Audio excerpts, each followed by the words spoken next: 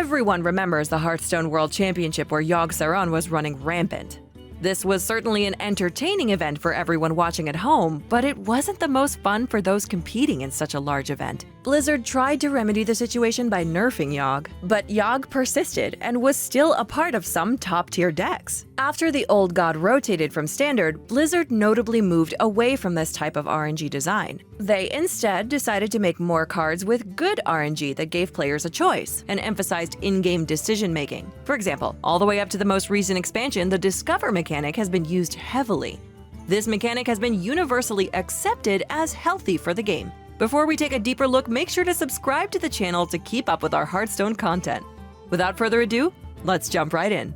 While Yogg-Saron is the poster child for random in-game effects, even before his release, there were cards that were just as guilty of bad RNG. In the classic set, you had cards like Ragnaros, as well as reynad's favorite card, Knife Juggler. Both of these minions had effects that would change the course of a game, and both were the digital equivalent of flipping a coin or rolling a die. A rag shot or knife juggle on a particular minion could literally determine the game. While Knife Juggler and Ragnaros are certainly iconic, they're also another example of bad RNG. Bad RNG would be defined as random and important effects that players have no control over. Then came the Goblins vs. Gnomes expansion, a breeding ground for some of the worst designed cards in the game's history. Piloted Shredder, Crackle, Implosion, Unstable Portal, and of course, Dr. Boom. Pretty much every other card in this set had the word random on it. Blizzard definitely learned their lesson from this expansion though, and every set after this had less and less bad RNG. That is, until Rise of Shadows came out. Maybe it's because they're trying to get old players to come back to the game, or maybe it's because the game has been out for a while and they forgot how unpleasant some of these cards were. Either way, Rise of Shadows has a lot of design similarities to these older problematic cards. It's nowhere near as bad as it used to be, but there are a lot of new cards that have the same problems. Let's start with the most obvious card that has bad RNG, the Dr. Boom reprint.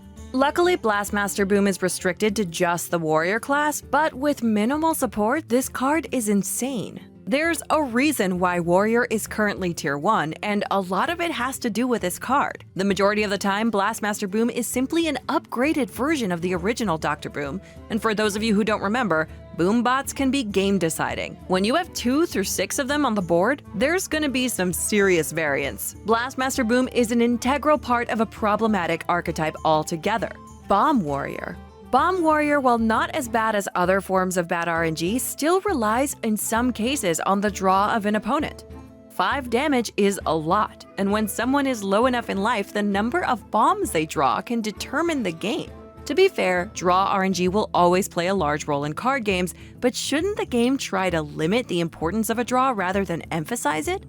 This isn't the only example of bad RNG in Rise of Shadows. The new lackeys are also prone to a less controlled RNG. The lackeys see the most play in Rogue, and while most of the lackeys are actually not problematic, there is one that stands out. Faceless Lackey. Faceless Lackey in a way is similar to Piloted Shredder. Piloted Shredder back in the day would single-handedly determine the outcome of some mid-range and aggro matches. Faceless Lackey is no different.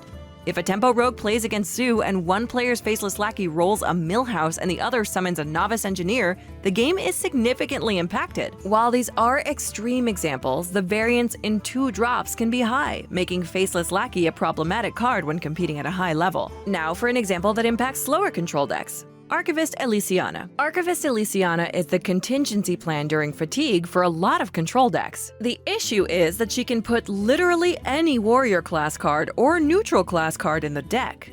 That's a ton of cards to choose from. In a situation where both players use Archivist Elysiana, their new decks could range from total trash to a boatload of late-game value. This creates a similar issue to Elise the Trailblazer, but instead of getting 5 cards, you now get 10. To be fair, Archivist Elysiana does use a Discover mechanic for choosing the 10 cards, but since the spread of cards is so great, it only slightly diminishes the importance of RNG. Hearthstone is a pioneer for online card games. It has pushed the limits of what any digital CCG can be. Sometimes, though, it pushes things just a little too far. Blizzard is trying to create an experience that is memorable for both casual and professional players alike. The issue is that both of these demographics are looking for very different things. Professional players want a game that's heavily influenced by their decision-making and where every thought and consideration matters. Casual players, on the other hand, just want to have fun, whether that's Yogg blowing up a board or Ragnaros hitting face for lethal when 7 other minions are in play. The difficulty is drawing the line between these two desires. With Rise of Shadows, it seems that they're slipping more toward their old ways, perhaps to please older players. One way to solve this issue would be to have cards strictly for casual formats and cards strictly for professional events. This would allow both types of players to enjoy what they like. Either way, this new meta will be an interesting one, and we'll have to wait and see whether the developers continue on with this trend. Let us know in the comments how you feel about these types of RNG. If you enjoyed this video, make sure to leave a like and subscribe to the channel for more. Thanks for watching.